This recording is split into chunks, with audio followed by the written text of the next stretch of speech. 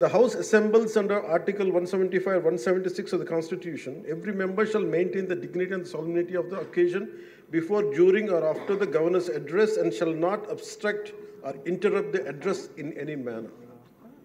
Maintenance of dignity and solemnity at governor's address అనేది చాలా స్పష్టంగా ఈ రూల్ బుక్లో ఉంటే మనమే రూల్స్ని ఇంప్లిమెంట్ చేయాల్సిన వాళ్ళం.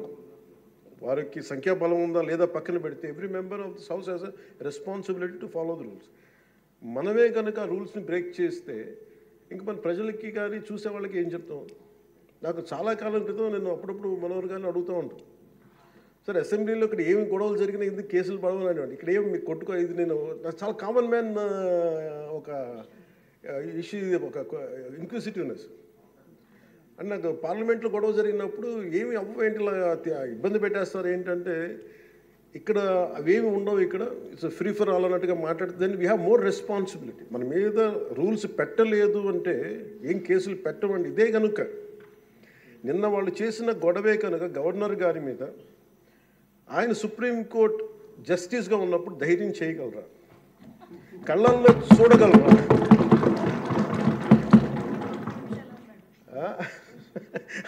నాకు అది అనిపించింది. అంటే గౌరవించాల్సింది పోయి ఈ విధానం ఏంటనిపించింది.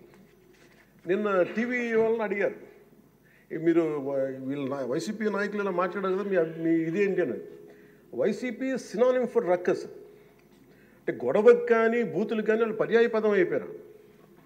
అంటే నిన్న చూసిన గొడవ జరిగిన తర్వాత నాకు నిజంగా అనిపించింది, గౌరవ ముఖ్యమంత్రి గారు అన్ని సంవత్సరాలు వాళ్ళు ఎలాగా వాళ్ళ తట్టుగా నిలబడ్డారు, ఆయనకి హ్యాట్స్ ఆఫ్ తెలియజేస్తారు.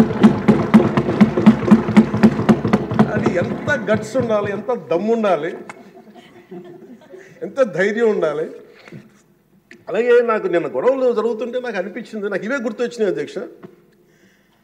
వాళ్ళు ఎప్పుడైతే పేపర్లు విసిరేసి అక్కడ దాకా వచ్చారో నాకు గుర్తొచ్చింది వివేకానంద రెడ్డి గారి హత్య గుర్తొచ్చింది. అంటే వాళ్ళ విధ్వంస విధానం చూసి. అలాగే ప్రజావేదిక ప్రజావేదికని కూల్చిన విధానాన్ని గుర్తొచ్చింది అధ్యక్ష. 200 పైచిలకు ఆలయాలని విధ్వంసం గుర్తొచ్చింది అధ్యక్ష. డాక్టర్ సుధాకర్ గారు చనిపోయిన విధానం గుర్తొచ్చింది అధ్యక్ష. జంగారెడ్డి కల్తీ సారాలో చనిపోయిన చావులు గుర్తొచ్చినాయి అధ్యక్ష. సుప్రీంకోర్టు జడ్జిలతో లెటర్ రాసిన విధానం గుర్తొచ్చింది అధ్యక్ష. వాళ్ళు చేసిన గొడవకి మన హైకోర్టు, ఆంధ్రప్రదేశ్ హైకోర్టు జడ్జెస్ని సోషల్ మీడియాలో బూతులు తిట్టిన విధానం గుర్తొచ్చింది అధ్యక్ష.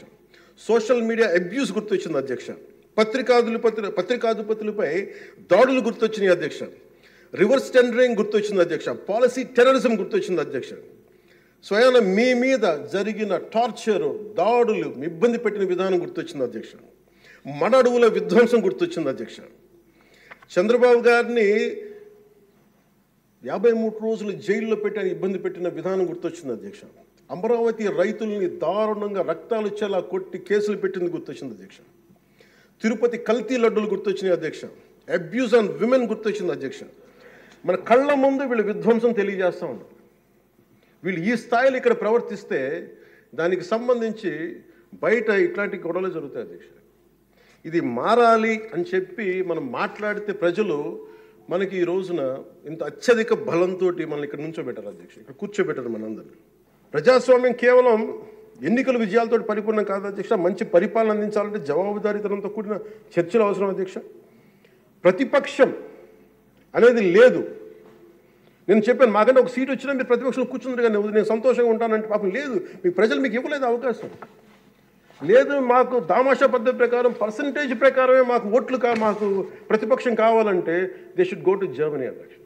అక్కడ ప్రాసెస్ ఉంది, అక్కడ ఫెసిలిటీ ఉంది, అక్కడ సౌలభ్యం ఉంది.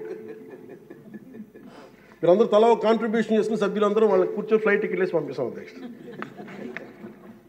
అంటే ఇక్కడ మనకున్న, అంటే మనం సరదాగా మాట్లాడుకున్న మనకున్న బాధ్యత, మనమే అధికార పార్టీ, మనమే మన గౌరవ ముఖ్యమంత్రి గారు చెప్పారు అధ్యక్ష, మనమే ప్రతిపక్షంగా కూడా ప్రవర్తించాలని.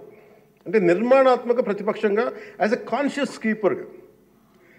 సింగపూర్లో మనకు తెలిసి PIP, people's action party, which is initiated by great leader Lee Kuan Yew, స్వీయ నియంత్రణ కోసం వాళ్ళు అధికారంలో ఉండటం కారణంగా స్వీయ నియంత్రణ కోసం అధికార పార్టీలోనూ విభిన్నమైన అభిప్రాయాలతో కూడిన చర్చలు చేస్తారు అధ్యక్ష. భారతదేశ స్వాతంత్రం వచ్చాక పార్లమెంటు మొట్టమొదటి సమావేశ సందర్భం ప్రస్తుత సభకి ప్రజలు ఇచ్చిన తీర్పును ప్రతిబింబిస్తుంది. అప్పుడు ఇతర పార్టీ నుండి గెలిచిన అంబేద్కర్ గారిని న్యాయశాఖ మంత్రిగా నియమించారు. ప్రతిపక్ష జనసంఘ చెందిన శ్యాంప్రసాద్ ముఖర్జీ నెహ్రూ గారు మంత్రివర్గంలో చేర్చుకున్నారు. వారు బాబు రాజేంద్ర ప్రసాద్ గారిపై అనేక నిర్ణయాలపై విభేదించేవాళ్ళు. ఎమర్జెన్సీ తర్వాత వచ్చిన ప్రభుత్వంలో కాంగ్రెసేతర పక్షాలు వాజ్పేయి గారు కానీ మొరార్జీ దేశాయ్ గారు కానీ చరణ్ సింగ్ గారు విభిన్నమైన పక్షాలు భాగస్వామ్యమైనవి. నేటి ఆంధ్రప్రదేశ్ పరిస్థితి స్వాతంత్రం సిద్ధించిన తర్వాత లేక ఎమర్జెన్సీ తర్వాత దేశ పరిస్థితిని గుర్తు చేస్తున్న అధ్యక్ష. రెండో ప్రపంచ యుద్ధంలో కూడా బ్రిటన్కి జాతీయ ఐక్యత అవసరమైనందున లేబర్ పార్టీ నాయకుడు అట్లీ చర్చిల్ సంకీర్ణ మంత్రివర్గంలో మంత్రి అయ్యారు. మా పార్టీ మా కూటమి పాత తరం విలువలతో కూడిన రాజకీయం చేస్తాం అధ్యక్ష. అందుకు ఈ ఇబ్బందుల్లో మేము నిలబడతాం. ఈ దేశ ఇలాంటి విపత్కర పరిస్థితుల్లో నేషనల్ రీకన్సిలియేషన్ క్యాబినెట్ అని అన్ని పక్షాలతో క్యాబినెట్ ఫామ్ చేస్తారు అధ్యక్ష. ఇప్పుడు మన రాష్ట్రంలో ఉన్నది స్టేట్ రీకన్సిలియేషన్ క్యాబినెట్ అని చెప్పొచ్చు అధ్యక్ష. ప్రతిపక్షంగా ఉండాల్సిన వాళ్ళు ముఖం చాటేస్తున్న ఈ సందర్భంలో అధికార పక్షం ప్రతిపక్షం కూడా మేమే అధ్యక్ష. ఇది ఒక్కోసారి మాలో మేము ఉదాహరణకి టీటీడీలో ఒక తప్పు జరిగింది అధ్యక్ష. చిన్నది పాలనా ఇష్యూ, అది కొన్ని ప్రాణాలు కోల్పోయి ఆ రోజు నేను వాళ్ళందరికీ వెళ్ళి క్షమాపణ చెప్పాను అధ్యక్ష. దేనికంటే ఇది నాకు సంబంధం లేదు అని అనుకోవడం కాదు. మా సభ్యులు ఉన్నారు అక్కడ మన తిరుపతి. ఎందుకు క్షమాపణ చెప్పానంటే అధ్యక్ష, బాధల్లో ఉన్న వాళ్ళకి, ప్రాణాలు కోల్పోయిన వాళ్ళకి మనం తగ్గి మీ బాధలో మనం తిరిగి ప్రాణాలు తీసుకురాలేము అధ్యక్ష. కానీ మేము ఉన్నాం మీ బాధలను పంచుకోవడానికి. ఏదో కొంత ఊరట చెప్పకపోతే అధ్యక్ష అది మనందరం తప్పు చేసిన వాళ్ళు అవుతుంది అధ్యక్ష. మనం ఆ రోజున తప్పు చెప్పకుండా ఉండి ఆ రోజు మనకి సారీ చెప్పకుండా కనుక ఉండింటే అధ్యక్ష వాళ్ళని బలం చేసిన వాళ్ళు అవుతాం, వాళ్ళు బలం పెంచిన వాళ్ళు అవుతాం అధ్యక్ష. ఎట్టి పరిస్థితుల్లో కూడా 11 సభ్యులుండి వాళ్ళు ఇంకా ఇంత గోల చేయగలుగుతున్నారంటే వాళ్ళకి ఒకటి పెరిగితే ఎంత గోల చేస్తారో మనం అందరం కూడా ఆలోచించాల్సిన అవసరం ఉంది. సో మన విభేదాలు విభేదాలు ఉంటాయి. తల్లికి పుట్టిన బిడ్డలకి విభేదాలు ఉంటాయి. మనందరం రకరకాల పార్టీల నుంచి వచ్చాం, రకరకాల పరిస్థితులు. కానీ మనందరం కమిట్మెంట్ ఫర్ ఎ వికసిత ఆంధ్రప్రదేశ్, స్వర్ణ ఆంధ్రప్రదేశ్. గౌరవ ముఖ్యమంత్రి గారు ఎందుకు నాకు అంత గౌరవం అంటే, ఒక పార్టీ నడపడం ఎంత కష్టం నాకు తెలుసు అధ్యక్ష. 4 దశాబ్దాల నుంచి నేను ఒకవైపు ఆయన చంపి ఆయన ఇబ్బంది పెడతా ఉంటాను. సార్ నాకు ఇది కావాలి, మాకు డబ్బులు ఇవ్వండి. డబ్బులు నా కోసం కాదు, నేను అడిగేది ఏం అడుగుతాను, రోడ్లు కావాలని అడుగుతాం. లేదంటే గౌరవ సభ్యులందరూ నాకు రోజు మా పంచాయతీలో రోడ్లు లేవు, ఈ ఇబ్బందులు ఉన్నాయంటే ఫైనల్గా మళ్ళీ నేను వెళ్ళి ముఖ్యమంత్రి గారే చేయి చేస్తాను. ఆయనేమో పయ్యావుల కేశవ్ గారి వైపు చూస్తారు. ఉదాహరణకు మీకు ప్రతిసారి ఇబ్బంది ఉంటుంది అధ్యక్ష. కానీ వీటన్ని అధిగమించాలంటే we have to show hour collective commitment and leadership to the state of Andhra Pradesh and to it's people. That is very essential from ఇది మనం. ఎందుకంటే ప్రతిసారి బ్యూరోక్రాట్స్ కూడా మనం బలంగా ఉంటేనే బ్యూరోక్రసీ కూడా చాలా బలంగా పనిచేస్తుంది అధ్యక్ష. అందుకే బ్యూరోక్రసీ కూడా కూర్చోబెట్టి వాళ్ళు వింటలేదంటానికి వీళ్ళు ఉండరేమో అని అనుకుంటే మటుకు వాళ్ళు కూడా వదిలేస్తారు అధ్యక్ష. అందుకే మన commitment for people should be very strong and we have to show hour great resilience. అందుకే మనందరం కూడా ఇబ్బందులు ఉన్నా కానీ ఒక మాట అనుకుందాం, చేద్దాం. కానీ మన commitment for people should not waiver, not even inch. That's what I believe in అధ్యక్ష.